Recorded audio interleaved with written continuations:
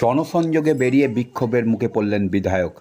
কোদালিয়া ১ নম্বর গ্রাম পঞ্চায়েতের দেবীপুর ইটখোলা গ্রামে গিয়ে বিক্ষোভের মুখে পড়েন বিধায়ক অসিত মজুমদার। লোকসভা ভোটে কেন হারতে হয়েছে সেই সব এলাকায় ঘুরে জনতার দুয়ারে গিয়ে জনসংযোগ শুরু করলেন বিধায়ক।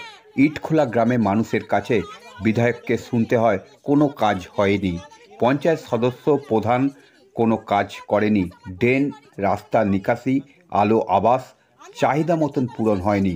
বিধায়ক ভোটের সময় আসে, বাকি সময় দেখা মেলে না। বিধায়ক জানান, মানুষের ক্ষোভ স্বাভাবিক, কাজ হয়নি তাই ভোট দেয়নি, তবে যে কাজ হয়নি সেগুলো করার চেষ্টাও তিনি করবেন বলেন আশ্বাস দেন।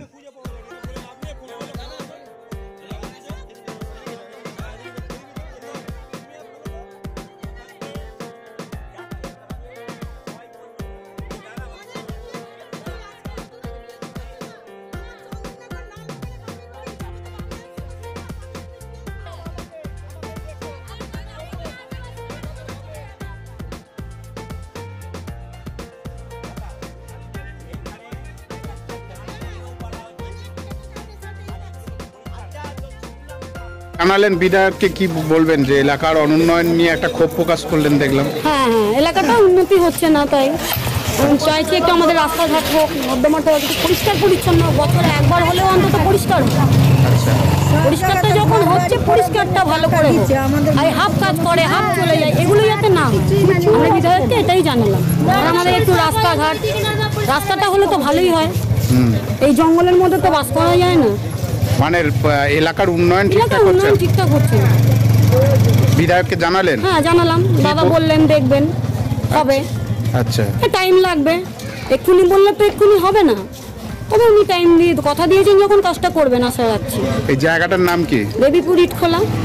আর আরো অনেক সদস্য ছিল বলছে একদিকটা হচ্ছে আর একদিকটা হচ্ছে না। এটা নিয়েই তো আমাদের এখানকার লোকের প্রবলেম, যে হাফ কাজ হচ্ছে, হাফ হচ্ছে না। মানে একটা অংশকে বঞ্চিত করা হচ্ছে।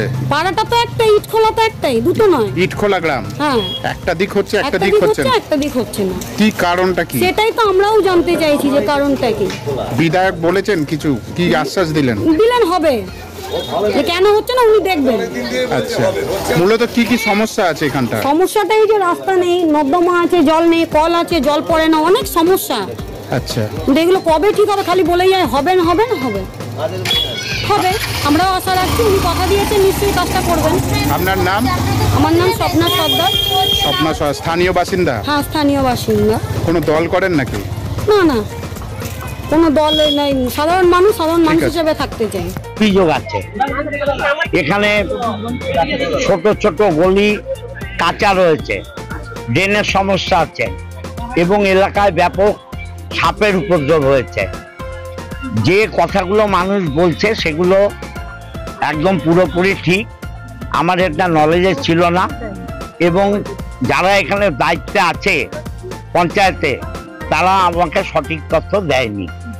আমি সমস্তটা ঘোরার পরে পঞ্চায়েতে বসবো, পঞ্চায়েতের যারা মেম্বার, প্রধান, উপপ্রধান, তাদের নির্দেশ দেবো কিভাবে চলতে হবে, সেই নির্দেশ মেনে চলবে। আর যে দায়িত্ব আছে বিভিন্ন এলাকায় যারা, সেই দায়িত্বেরও কিছু পরিবর্তন করব। অভিযোগ উঠছে সেখানে কি ভোটের যে হার, সেই হারটাকে কি ভাবছেন এই কারণ হিসাবে? অবশ্যই মানুষের মনে বিক্ষোভ ছিল, সেই বিক্ষোভের জন্য এরা তো সবাই তৃণমূলের পক্ষে, তৃণমূলকে এরা জীবন দিয়ে ভালোবাসে। 2011-এ আমাকে বিধায়ক করেছে, 16-এ করেছে, 21-এ করেছে, তারপরে কেন আমরা হারলাম? মানুষের মনে ক্ষোভ আছে, দুঃখ আছে।